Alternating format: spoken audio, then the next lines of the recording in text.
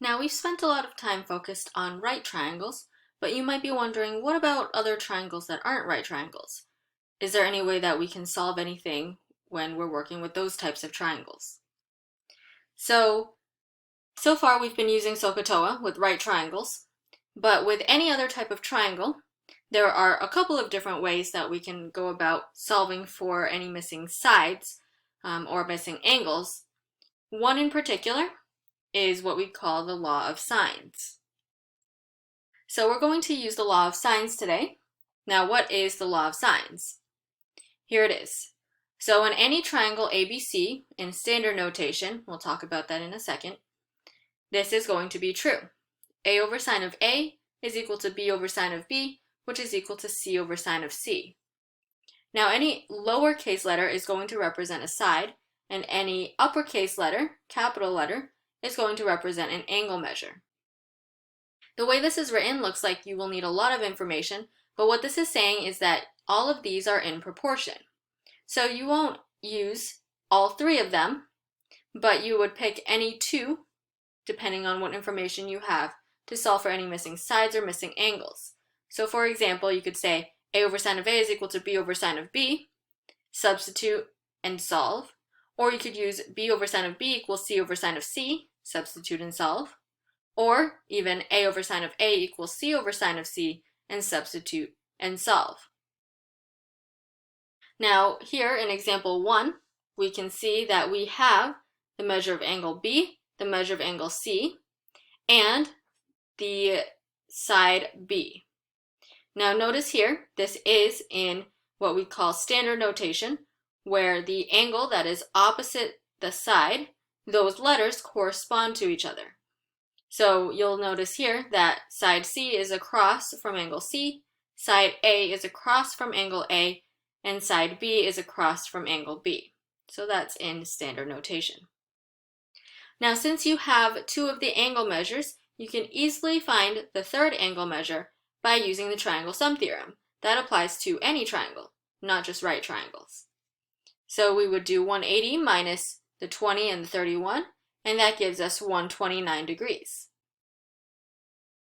Now, we can use A over sine of A equals B over sine of B, and we have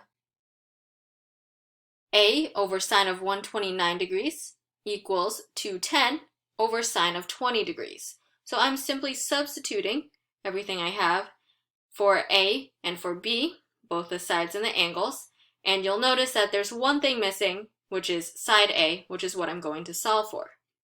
Notice also I haven't used C or sine C here just yet. We don't need to, at least not to solve for side A.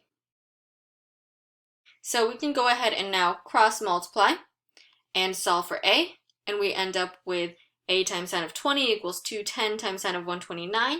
Divide both sides by sine of 20, and then we can put this entire thing into the calculator, 210 times sine of 129 divided by sine of 20.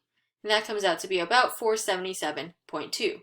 So side A is about 477.2.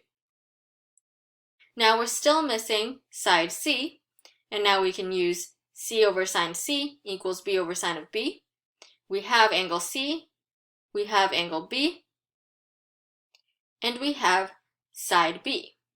Now we just need to solve for side C. So let's go ahead and substitute everything we know. So we have C over sine 31 equals 210 over sine of 20. Cross multiply. So we have C times sine of 20 equals 210 times sine of 31. And then divide both sides by sine of 20. And this comes out to be about 316.2. So for all the missing parts that we have, we solved for angle A, which is 129 degrees, side A, which is 477.2, and side C, which is 316.2. Now, the second thing we're going to talk about today is the area of a triangle. Now, you've learned that the area of a triangle is equal to 1/2 base times height. Now, that's absolutely still true, but there are other formulas that we can use to find the area of a triangle. Now, in particular, the one that we are going to be using is going to involve sine, and it's going to involve two sides and an included angle. So we can call this the side angle side formula if you'd like. Now, the reason why we have different formulas is sometimes you have different pieces of information, and it might make it actually easier to use this formula instead of 1/2 base times height. So here's the formula. The area of a triangle is equal to 1/2 times AB times sine of C. So A and B are the sides, and C would be the included angle. Now you could also write this as 1/2 BC times sine of A, or 1/2 AC times sine of B.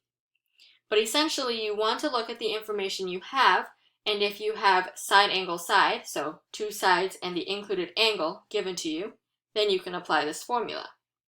Essentially it's 1/2 times one side times the other side times sine of the included angle.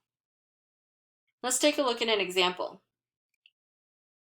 So you're given two sides, 8 and 13, and the included angle 130 degrees. You'll notice for this example, it's actually very difficult for us to find the area using 1/2 base times height. You would have to probably make, let's say, 8 or 13 the base, and then you would need to find the height. You would need to draw a line that is perpendicular to the base, and then you will need to determine the length of that height before you'd be able to apply 1/2 base times height. A much easier way to go about this is to use the formula that we just talked about. Since we have two sides and the included angle, we can go ahead and apply that. If you would like to, label everything. So we have sides A, B, and C, and we can call this angle angle C.